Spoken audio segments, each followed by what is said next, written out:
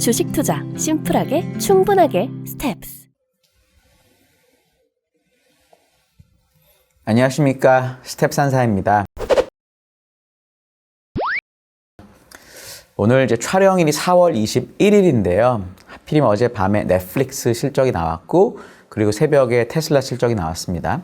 테슬라는 되게 잘 나왔고요.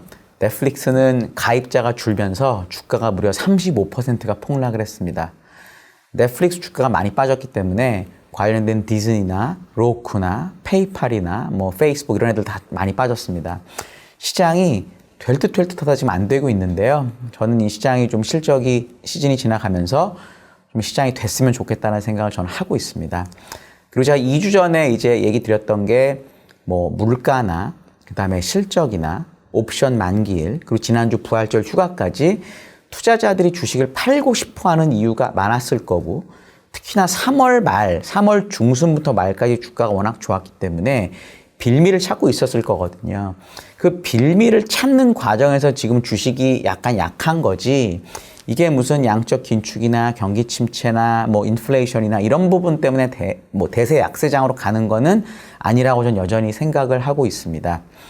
그런 관점에서 오늘 드리고 싶은 얘기는 뭐냐면, 양적 긴축에 대해서 많이 걱정을 하시더라고요. 저도 이제 고객분들을 만나보고 가끔 지점에 계신 저희 영업하시는 분들하고 얘기를 해보는데, 지금 시중에서 계속 얘기 나오는 게 양적 긴축이라는 걸 진행하면은 결국 유동성이 줄고요. 유동성이 준다는 얘기는 현금의 가치가 올라가는 거고, 그럼 금리도 올라갈 거고, 그러면서 듀레이션이 긴 자산, 그 얘기는 뭐냐면 돈으로 바꾸는데 시간이 오래 걸리는 자산은 빠질 거다. 대표적으로 주식이 되겠죠. 이런 우려가 되게 많습니다. 그래서 제가 오늘 양적 긴축에 대해서 이야기를 해보고 싶고요. 사실 과거에 보면 이 양적 긴축이 어떤 효과를 냈는지를 알 수 있는 방법은 사실 2017년부터 19년까지 밖에 없습니다. 이 당시에도 4.4조 달러까지 늘었던 연준의 자산을 급격하게 줄이기로 하면서 사람들이 걱정이 많았었는데요. 그때랑 지금을 비교하면서 이번 양적 긴축 효과가 어떨지 한번 얘기해 보겠습니다. 2017년 같은 경우에 4분기부터 양적 긴축이 진행이 됐고요. 양적 긴축을 하겠다는 얘기는 17년 6월 정도에 얘기가 나왔었습니다. 그 당시 연준의 자산은 4.4조 달러였고요. 이게 2019년 3분기까지 약 만 2년 정도 진행이 됐었습니다. 그 당시에 양적 긴축이 진행됐던 규모는 한 7천억 달러 정도 되는데요. 그 기간 동안에 이제 주가는 어땠었냐면 2018년 1분기에 한번 주가가 빠졌었고요. 한 10% 정도. 그리고 다시 급격히 반등을 하다가 2018년 4분기에 주가가 20% 정도 빠지고 끝납니다. 그렇게 끝나면 지금 아직 S&P 덜 빠졌기 때문에 더 빠져야 되는 거 아니냐라고 생각할 수가 있는데, 그때 어떤 일이 있었는지를 생각해 보시면 지금 그렇지 꼭 않을 수도 있다는 거를 저희가 이해할 수 있습니다. 뭐냐면 그 당시에 4.4조 달러에서 3.7조 달러까지 연준의 자산이 줄었는데, 똑같은 기간에 민간 은행들의 대출 규모가 8천억 달러가 늘었습니다. 그러니까 연준은 계속 자산을 줄이고 있는데 그 자산 줄어들어서 흡수되는 유동성을 은행들이 대출을 늘려서 공급을 해줬다라는 거죠. 주간으로 보더라도 한 달로 보더라도 연준 자산은 계속 줄어들고 있었는데 은행들의 대출은 계속 늘어나고 있었습니다. 그러니까 기본적으로 연준이 줄이려고 하는 유동성을 어느 정도 은행이 만회해 줬다라고 보시면 되고요. 그 당시에 그럼 주가 흐름이 왜 2018년 1분기랑 4분기에 그랬었는지 알아보려면 결국 GDP 증가율을 보면 되는데요. 왜냐하면 저희가 긴축 걱정하는 게 긴축하면 경기 안 좋아지고 이거잖아요. 그래서 주식 안 된다는 거니까 그 당시에 GDP를 보면 되는데, 그 당시 GDP 성장률이 어땠었냐면 2017년 1분기부터 17년 4분기까지는 계속 상승했습니다. 그러니까 증가율 자체가 계속 확대가 됐어요. 미국은 GDP를 어떻게 발표하냐면 전분기 대비 GDP를 발표한 다음에 연율화해서 발표합니다. 그러니까 결국은 계속 경기가 확장이 더 많이 됐었다는 거죠. 근데 2018년 1분기에 그 GDP 성장률이 2017년 4분기보다 떨어집니다. 18년 1분기 GDP란 얘기는 데이터는 5월쯤 나왔을 거니까 주가가 1분기에 빠졌다는 얘기는 이미 1분기에 이번 분기 GDP가 안 좋을 거다라고 사람들이 생각을 하고 주식을 때린 거죠. 근데 2018년 2분기가 되면 다시 GDP 성장률이 확장이 됩니다. 그러니까 확장이 되면서 주가가 다시 반등을 하죠. 그랬다가 2018년 3분기, 4분기 GDP가 1%대, 0%대 이렇게 떨어지는데 그럼 이게 양적 긴축이 꼭 효과 때문이냐? 그것만은 아니에요. 왜냐하면 2018년 7월인가부터 미중 무역 분쟁이 되게 악화가 많이 됐었고 추가 3천 몇백억 달러 관세가 제 기억으로는 7월 말에 나옵니다.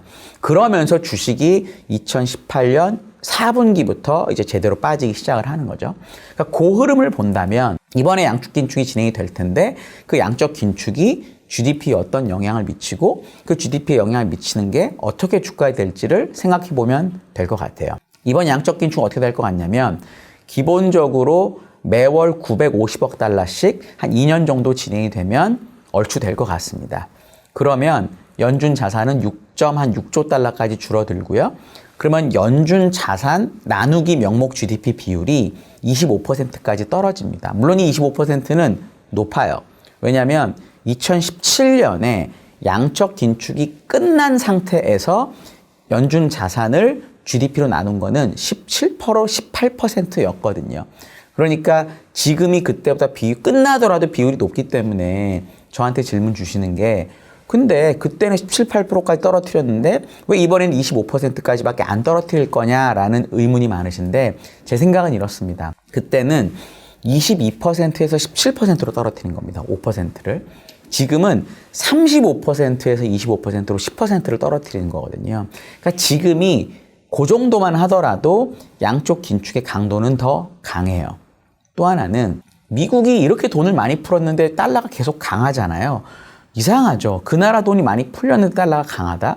왜냐하면 중앙은행 자산을 GDP로 나눈 비중을 보면 미국도 많이 올라오긴 했지만 일본이나 유로 지역은 미국보다 훨씬 높습니다. 그러니까 기본적으로 경제 규모에 비해서 일본이나 유럽은 돈이 더 많이 풀린 거죠. 연준 입장에서 경쟁하는 중앙은행에 비해서 별로 자산이 많지 않은데 GDP 대비로 굳이 다시 옛날 17%까지 가야 될 필요가 있느냐고 생각할 것 같아요. 그래서 저는 이번에 연준의 양적 긴축은 2024년 상반기까지 한 2조 한 2, 3천억 달러 줄어드는 걸로 끝날 것 같아요. 이제 물론 이렇게 보면 저번보다 강도는 강합니다. 금액도 강하고 비율도 강하죠. 근데 이런 상황에서 요거는 저만 알고 있는 게 아니라 아마 시장도 이렇게 생각을 할 건데 이런 상황에서 GDP 성장률 추정치가 어떤지 보면 됩니다. 올해 2022년 1분기 GDP 성장률 추정치를 보면 지금 1.7%까지 내려와 있습니다. 이게 4%가 거의 넘었으니까 무지하게 많이 떨어진 건데요. 그러니까 결국은 1분기 GDP 추정치가 많이 떨어졌기 때문에 1분기의 주가가 상당히 어려웠죠. 저도 힘들었고 많은 분들 힘들었고 그랬습니다. 근데 2분기 추정치를 보면 2분기 추정치는 다시 3%로 올라갑니다.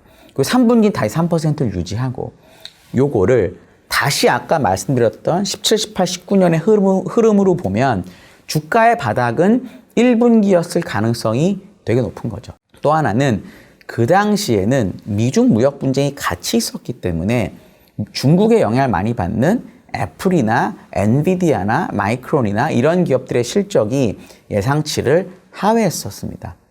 근데 지금 실적 발표 나오는 걸 보면 예를 들어 테슬라 잘 나왔고요. TSMC 잘 나왔고요. 뭐 어제 프록터 앤 갬블 잘 나왔고 뭐 다 잘 나오고 있어요. 물론 이제 지금 넷플릭스 때문에 분위기가 많이 망가지긴 했는데 어제 ASML도 잘 나왔고요. 분위기가 그때랑은 다른 거죠. 실적만 잘 나온 게 아니라 다음 분기 가이던스도 잘 줬습니다. 그렇다면은 지금 경제 체력이나 기업 체력은 그때보다 나을 수 있다.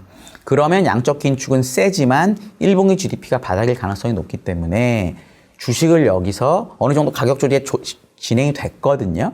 나스닥이 지금 13,000 한 3,400까지 빠졌으니까 이 정도에서는 너무 많이 매도를 하거나 이러시진 말라고 저는 얘기를 드리고 싶습니다. 2주 전에 제가 리스크 관리하자고 얘기 드렸는데 뭐 지금도 그건 유효하지만 이젠 정말 한번 사볼까? 종목 공부해볼까?